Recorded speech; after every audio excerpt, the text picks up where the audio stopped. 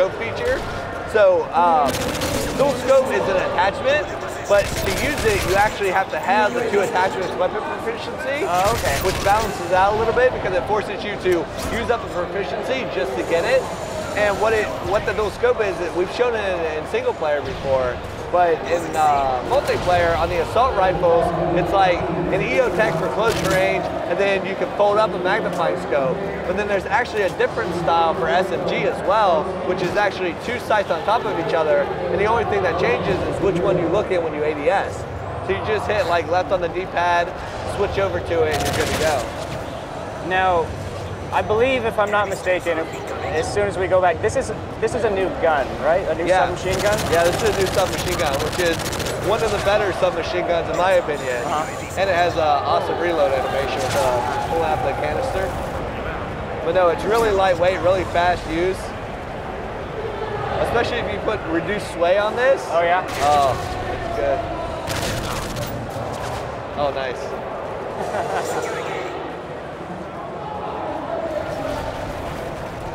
So you see an extreme conditioning up there, which fans will notice was actually our sprinting related perk from Call of Duty 4.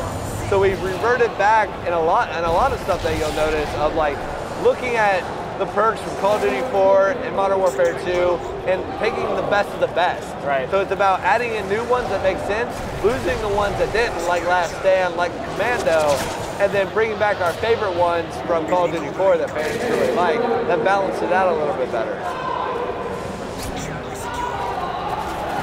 Now, all of the multiplayer maps, we should mention, are playable in Spec Ops. Is that right?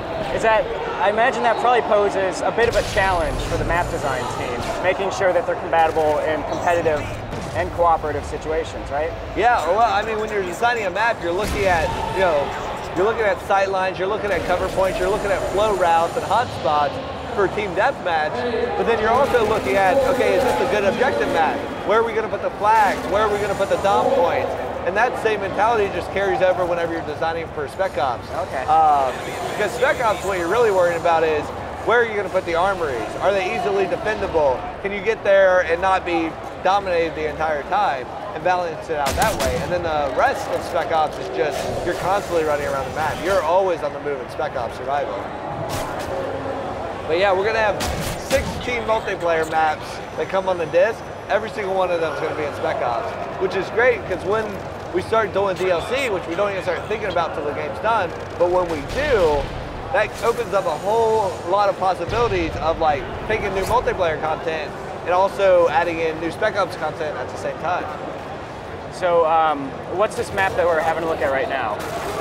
This one is Underground. So it takes place in London in a tube station.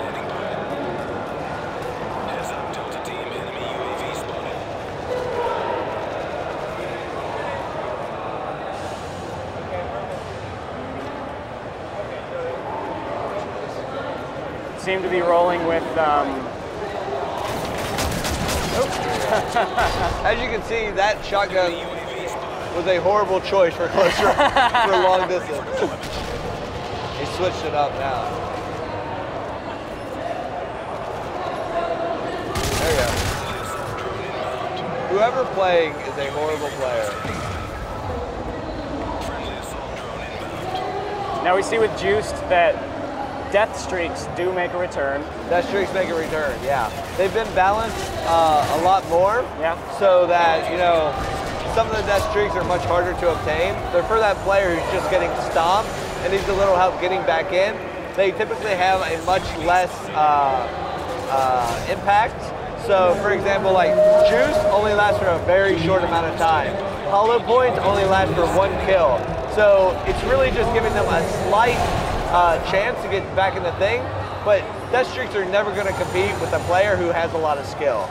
If you're a skilled player, death streaks aren't going to do anything. I love how he stabs a guy trying to find where the next tube station is. What a heartless bastard. He's just trying to get to Victoria Station. He's just like, I don't know. It's hard enough to figure out the tube system. Right. You're going to stab a guy for doing it. I don't know. Do I take the circle line? Do I take the northern line? I don't know. I'm just looking at the map. Oh, I got stabbed.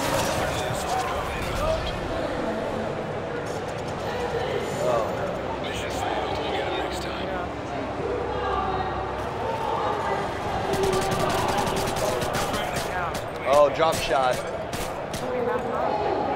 Drop shotting, which our hardcore guys will be happy to know is back because we don't have dive to probe. Oh yeah. So. All right, so here we go. We got to sort of the piece de resistance, the brand new game mode, Kill Confirm. Yes, Kill Confirm, I'm extreme. This is one of my favorite modes now, replacing, you know, when I would play Team Deathmatch because it adds a completely new strategy to it. So as you see, when you put a guy down, he drops dog tag.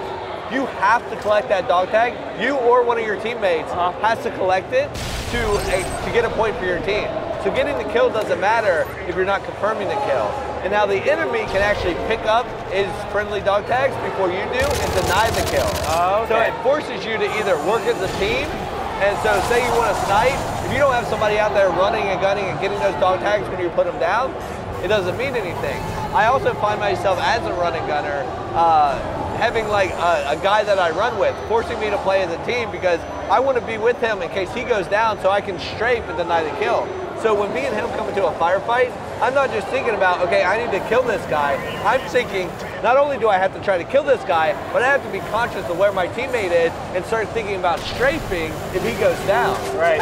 Adds a complexity to the whole mindset of playing Team Deathmatch. I like that he shoots him and then knifes him in the neck. You gotta finish the job. This guy is brutal. He's taking Kill Confirm to a whole new level. You see the red dog tags? Yep. The red dog tags are friendly dog tags that you can deny. The gold ones are enemy dog tags that you need to collect.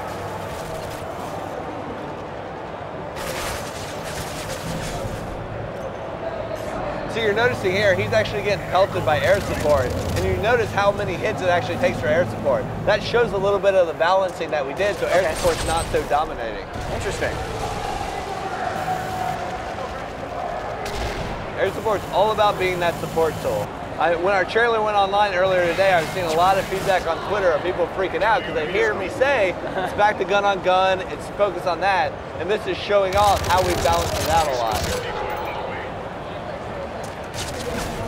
Nice. Oh, I thought he was gonna, but it was sheet metal. That was a good move. Just hide behind something other than sheet metal. Other than sheet metal. Yeah. The Call of Duty series has been doing surface penetration for a long time. Sheet metal just isn't going to cut it. Yeah. It's been a long time since that technique worked. So we should mention, and I apologize if you did mention this before, but you still get XP for kills, right? Yeah. So in Kill Confirm, you get XP for putting them down, and you get XP for collecting the dog tag. Now, if your buddy gets the dog tag, you both get XP for it. So it incentivizes you to work as a team even more because you're both going to be rewarded. You're never stealing anything from your teammate, so you should never be shy about collecting dog tags of your friends. Nice. Yeah. All right, well, I think we covered quite a lot of features. Anything else? Any hidden surprises? Any 402 favorites that you want to mention? There's so much stuff in the game. Some of my favorite stuff is the new gear we're adding, portable radar, the trophy system. So when I'm going into a plant a bomb, I can throw up the trophy system because as soon as you get on that bomb site, they're throwing grenades or trying to launch tubes. Trophy system helps balances that out because it's taking out the explosives in the air, gives you that few more seconds to plant. As a whole, we've completely rebalanced explosives. So claymores, frags, new tubes aren't nearly as powerful or plentiful as they ever were before. Nice. All right, Robert, well, I appreciate your time. Yeah. We definitely covered a lot of features. They all Rapid fire. Rapid fire. Boom, boom, boom. That's how it's done. That's how it's done.